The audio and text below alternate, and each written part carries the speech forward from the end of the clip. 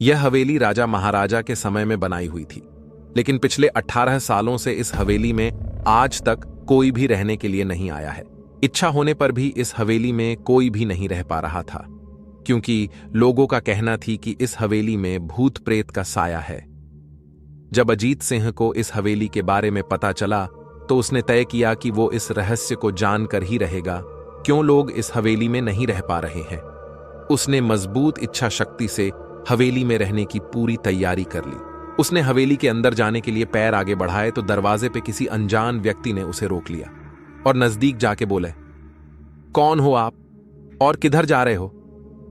अजित सिंह ने जवाब देने के बजाय उसने सामने सवाल किया, जी आप कौन?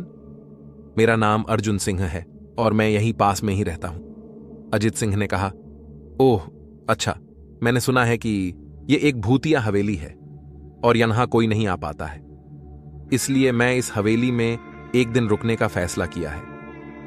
अर्जुन सिंह ने कहा, जी हां, आपने सही सुना है और आप भी अंदर मत जाइए, मेरी माने तो आप भी वापस लौट जाइए, यहां बहुत खतरा है। यह सुनकर अजीत सिंह खुश हो गया, जैसे उन्हें कोई लॉटरी लग गई हो। अर्जुन ने उसकी खुशी को देखकर बोला, आप क्यों खुश हो रहे हो? आपको तो भूत का नाम सुनकर डर लगना चाहिए। शायद आपको पता नहीं होगा कि मैं भूत प्रेत मैं काफी दिलचस्पी रखता हूं। अगर इस हवेली में भूत है तो मैं अंदर जरूर जाऊंगा और सारी सच्चाई का पता भी लगाऊंगा। इतना कहकर अजीत सिंह उस हवेली में चले गए। अंदर जाके अजित ने अपनी बैग को साइड में रखा और हवेली के चारों ओर देखने लगा। सारे रूम भी चेक कर लिए। बाद में ड्राइंग रूम में आके सोफे पर बैठ गया। उसने वहां बैठकर दारू के 2-4 पैग भी पिए। वहीं अचानक उस रूम में लाइट का एक बल्ब चालू बंद होने लगी, लेकिन अजीत ने उस पर ध्यान नहीं दिया। थोड़ी देर बाद दूसरा बल्ब चालू बंद होने लगा, फिर तो हवेली की सारे लाइट चालू बंद होने लगी। यह सब देखकर अजीत अपनी जगह पे खड़ा हो गया और संपूर्ण सावचेत हो गया। अचानक उसके सामने एक छोटा टेबल हवा में उड़ने लगा, करीबन 6 फुट हवा में ऊपर जाके गोल गोल घूमने लगा और बाद में अजीत की ओर तेजी से आने लगा। अजीत ने तुरंत ही अपने जगह बदल दी और दूसरी ओर चला गया और वो टेबल वहीं जाके गिरा जहां अजीत खड़ा था। अजीत कुछ समझ पाता उतने में सोफे की शीट उसकी ओर आने लगी।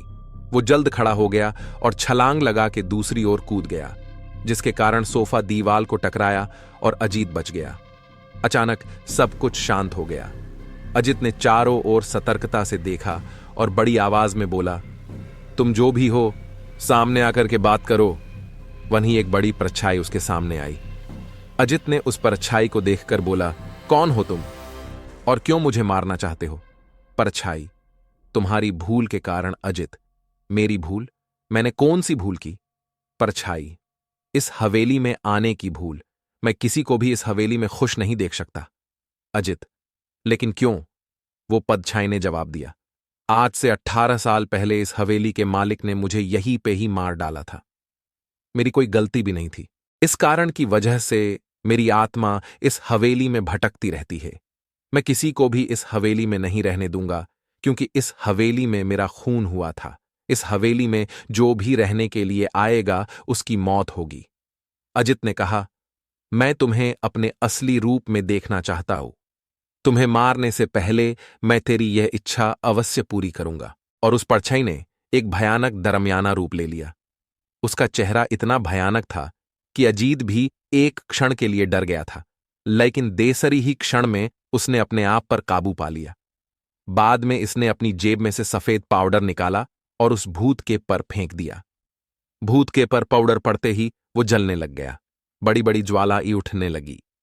वो बहुत जोर जोर से चिल्लाने लगा और बाद में पूरी तरह से जल गया। उसके बाद अजीत ने चैन से सांस लिया और वहीं पर सो गया। दूसरे दिन सुबह जब अजीत को सही सलामत हवेली से बाहर आते देख अर्जुन को आश्चर्य हुआ। अर्जुन ने अजीत से पूछा, तुम कैसे जिंदा हो? जब अजीत ने अर्जुन को कल रात को घटी घटना को पूरी तरह से बताया, वो बहुत जोर जोर से चिल्लाने लगा और बाद में पूरी तरह से जल गया।